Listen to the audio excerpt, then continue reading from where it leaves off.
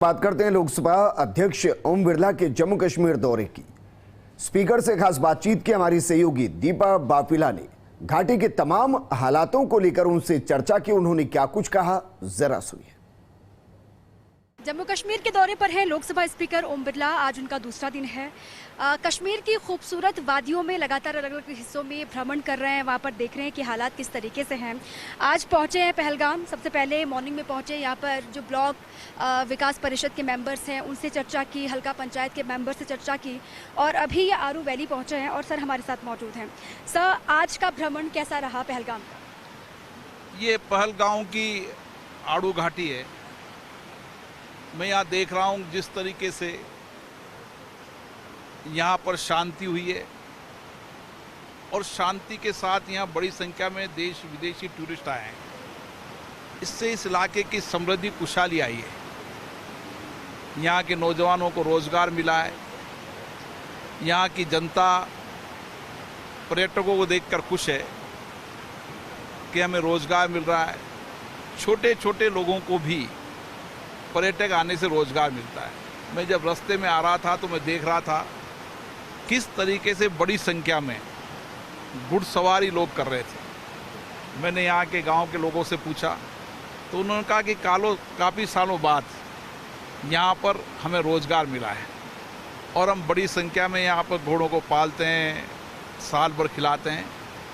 ये आशा रहती है कि जब पर्यटक आएगा तो हमें कुछ आमदनी होगी। और ये मैं देख रहा हूँ यहाँ की समृद्धि को, यहाँ खुशहाली।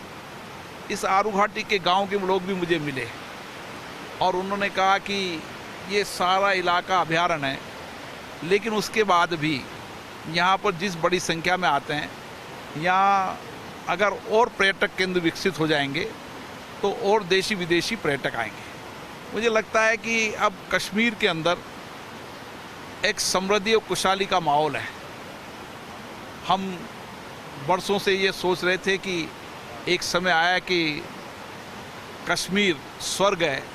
आज आप देखो यहाँ पे कश्मीर के अंदर जिस बड़ी संख्या के अंदर लोग आ रहे हैं, चिलचिलाती नदियाँ हैं, पहाड़ है और उन पहाड़ों के बीच के अंदर यहाँ के देशभक्त लोग हैं जो यहाँ की खुशहाली प्रगति के लिए लगातार प्रयास करते रहते हैं।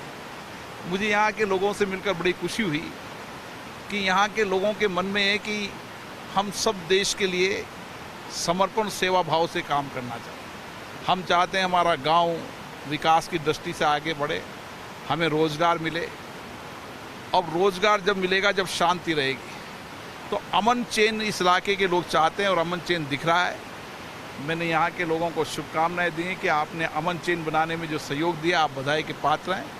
और अब मैं कह सकता हूँ कि कश्मीर से लेकर कन्याकुमारी तक हमारी लोकतांत्रिक संस्थाएं और अमन चैन बनाने में सहायक होगी। बिल्कुल सर, विकास पर ही आपने जोर दिया सर, क्योंकि हिंदुस्तान लोकतंत्र प्रेमी है और यहाँ पर आपने भी बार बार जिक्र किया है कि लोकतंत्र की नींव ग्राम पंचायतें हैं। अगर वो मजबूत होती हैं तो लोकतंत्र और सशक्त होगा। सर, सुबह आपकी मीटिंग हुई है उनसे, गाँव देहातों से क्या फीडबैक आपको मिला, कैसी स्थितियाँ वहाँ पर? अभी मैं आड़ू घाटी में आया तो यहाँ गाँव के लोग मुझे मिले।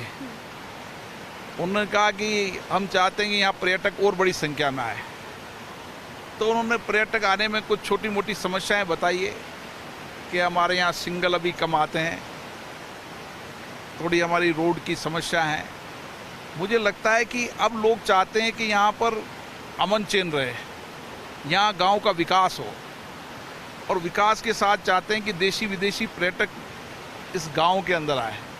इस दूर दराज के गाँव के अंदर भी देशी विदेशी पर्यटकों का आना यहाँ की खुशहाली समृद्धि का प्रतीक है और मैं यहाँ के लोगों को बधाई देता हूँ जिन्होंने यहाँ पर शांति अमन चैन में अपनी भूमिका निभाई है। और सभी लोगों का एक ही मत है कि अमन चैन रहना चाहिए, शांति रहना चाहिए, ताकि यहाँ पर बड़ी संख्या में पर्यटक आए, ताकि हमें भी रोजगार मिले। सर, एक आखिरी सवाल ये कि आपने कहा कि जम्मू कश्मीर हिंदुस्तान का मुकुट है। सर, पूरा देश ये उम्मीद कर रहा है कि हालात यहाँ पर धीरे धीरे सुधरे। हालांकि जैसे कि आपने भी कहा कि 2 साल में बहुत ज़्यादा स्थितियाँ सुधरी हैं, लेकिन कब तक जम्मू कश्मीर का ताज फिर से पहनाया जाएगा पूरी तरीके से? अभी मैं जहाँ खड़ा हूँ ये अनंत अनंतनाग जिले का पहलगांव का आरू घाटी का छोटा सा गांव है। आपको नहीं लगता कि जब अमन चैन शांति है, खुशहाली समृद्धि है, आप देख रहे हैं बड़ी संख्या में अब पर्यटक आए हैं, कुछ मोटरसाइकिल से जवान आ रहा है, कोई कार में आ रहा है, कोई बड़ी बस में आ रहा है, तो ये अमन चैन यहाँ दिख रहा है। मैं देश और दुनिया के लोगों को कहना चाहता हूँ कि कश्मीर में अमन चैन शांति है। यहाँ के लोग अमन चैन चाहते हैं, यहाँ के लोग समृद्धि चाहते हैं, विकास चाहते हैं, रोजगार चाहते हैं, और हाथों में, नौजवानों के हाथ में रोजगार हो, हुनर हो। यहाँ के हर नौजवान के हाथ में हुनर है। आप यहाँ के कारपेट देखो, यहाँ की पश्मीना शाल को देखो, यहाँ पर हर नौजवान के हाथ में हुनर है। इस हुनर, दस्तकार, शिल्पकार हुनर का उपयोग हम अंतर्राष्ट्रीय बाजार में पहले भी था और इसके उत्पादक को बाजार देंगे ताकि यहाँ के लोगों को और रोजगार मिलेगा। बहुत शुक्रिया सर। तो ये थे लोकसभा स्पीकर ओम बिरला। उन्होंने कहा कि अमन चैन शांति चाहता है कश्मीर और धीरे धीरे उसकी बहाली भी हो रही है। 2 साल हो गया 370 को ख़त्म हुए, 35A को ख़त्म हुए, उसके बाद से स्थितियाँ थोड़ी सी एक बार निराश करने वाली ज़रूर थी, लेकिन अब स्थितियाँ बदल रही हैं और जो कश्मीर के लोग चाहते थे वाकई में वो हो रहा है।